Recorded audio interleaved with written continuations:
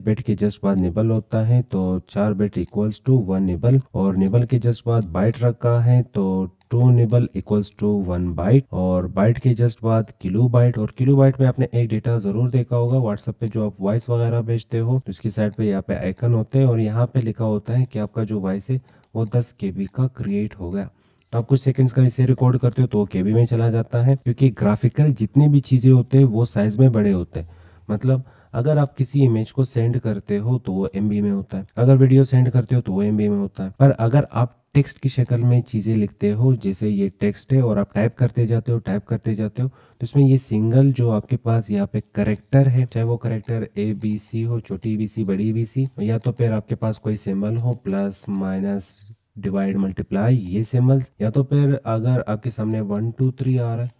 तो इन सिंबल्स का या इन करेक्टर्स का या इन डिजिट्स का यहाँ पे साइज होगा वो इक्वल्स टू 1 बाइट होता है। तो आप कह सकते हैं कि हाँ 3 का जो साइज है वो इक्वल्स टू 1 बाइट। अब ये पासवर्ड की शक्ल में, जैसे आपको कहा जाता है कि आपका पासवर्ड मिनिमम 8 करेक्टर्स तक होना चाहिए, तो वो पासवर्ड का यहाँ पे जो स्ट्रक्चर या कंसेप्ट है वो भी इसी से लिया गया है। तो यहाँ पे जितने भी करेक्टर्स होते हैं ये इक्वल्स टू 8 बिट्स होते हैं, तो हम 8 बिट नहीं कहते, हम बाइट कहते हैं। तो यहाँ पे 1 का साइज क्या होगा, 1 का साइज होगा 1 बाइट। यहाँ पे मैं फोल्डर के इनसाइड आ चुका हूँ और यहाँ पे हम राइट क्लिक कर रहे होंगे। राइट क्लिक करने के बाद हमारे सामने यहाँ पे कुछ ऑप्शंस होंगे न्यू नाम का, और इसके इनसाइड से मैं यहाँ पे टेक्स्ट डॉक्यूमेंट क्रिएट करता हूँ। ये नोटपैड का फाइल है, इस पे हम डबल क्लिक कर रहे होंगे और इसके इनसाइड आप कुछ भी लिख ले। जैसे मैं यहाँ पे फिलहाल लिख लेता हूँ एक लेटर N, और फाइल को हम सेव करेंगे और इसे मैं क्लोज करता हूँ। यहाँ पे नीचे आपको दिख रहा होगा कि आपने फिलहाल यहाँ पे एक सिंगल करेक्टर टाइप कर लिया है। तो अब हम यहाँ पे इस पे राइट क्लिक कर रहे होंगे, इस वाली फाइल पे राइट क्लिक करना है और यहाँ पे ऑप्शन होगा प्रॉपर्टीज का, आप इस पे क्लिक कर ले।